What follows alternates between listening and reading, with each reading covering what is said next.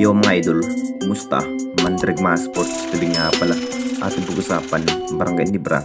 Troy Rosario lumilinaw na sa kupunan ng Barangay Nibra at coach team mas nadismaya sa mga bagong player. Pero bago na nga yan, kung bago pa lang sa ating channel, huwag mong kalimutan mag-subscribe at click ang notification bell para like kang updated sa ating dito sa clip natin. So matapos nag-expire ang naging contract ang isang bigmang player na si Troy Rosario mga idol sa kamay ng Blackwater Bossing, talagang pinaplanuhan pa rin ng ating Barangay Nibra kukuhanin pa nga ba ito ang isang Troy Rosario bilang player dahil hindi pa rin pumirma ng extend contract sa kupunan ng Blackwater Bossing itong si Troy Rosario mga idol. Sa naging bawat hustle play ang isang bigmang player na si Troy Rosario, isa pa rin sa naging malalakas na player, makapagtala pa rin ito ng 30 points sa buong laban.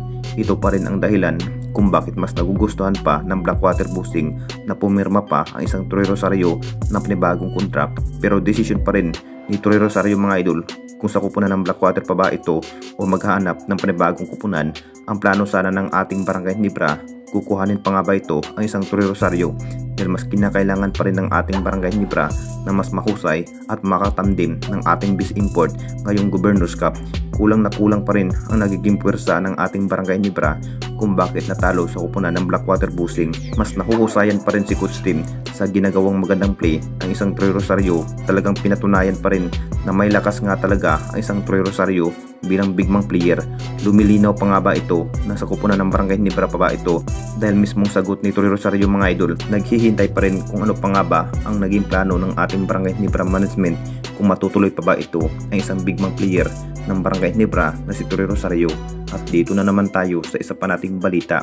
Coach team mas nadismaya sa mga bagong player. Alam na nating lahat mga idol, bagsak pa rin ang pangatlong pagtutuos ng ating Barangay Nibra sa mga bagong player ng Jing Kings, kung bakit isang panalo pa rin ang kanilang naiisalba bago magsisimula ang panibagong unang pagtutuos ng ating Barangay Nibra. Masasabing nakulangan pa rin si coach team sa naging bawat laro itong Barangay Nibra dahil hindi pa rin gaano kahusay sa opensiba ang mga bagong player at lalo na kaysa Akgo mga idol ng Barangay Nibra.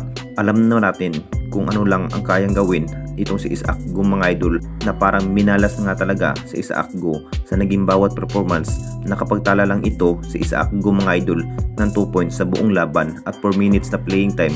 Pagkakataon sana ang isang Akgo mga idol para mas pinatunayan pa rin na deserve pa rin na magiging player at hindi pa rin gaano ginagamit itong si Paul Garcia mga idol sa totoong laban. Masasabing mas binangko pa rin ni coach team na parang nadismaya pa rin si coach team mga idol sa naging laro at appearance sa ball handling itong mga bagong player. Ito pa rin ang kayang gawin ng mga bagong player mga idol. Talagang hindi na rin magdadalawang isip ang kupunan ng Barangay Nibra na i-trade muli itong mga bagong player dahil hindi pa rin napapalakas ang kupunan ng Barangay Nibra at bagsak pa rin sa opensiba. Anong masasabi ninyo mga idol?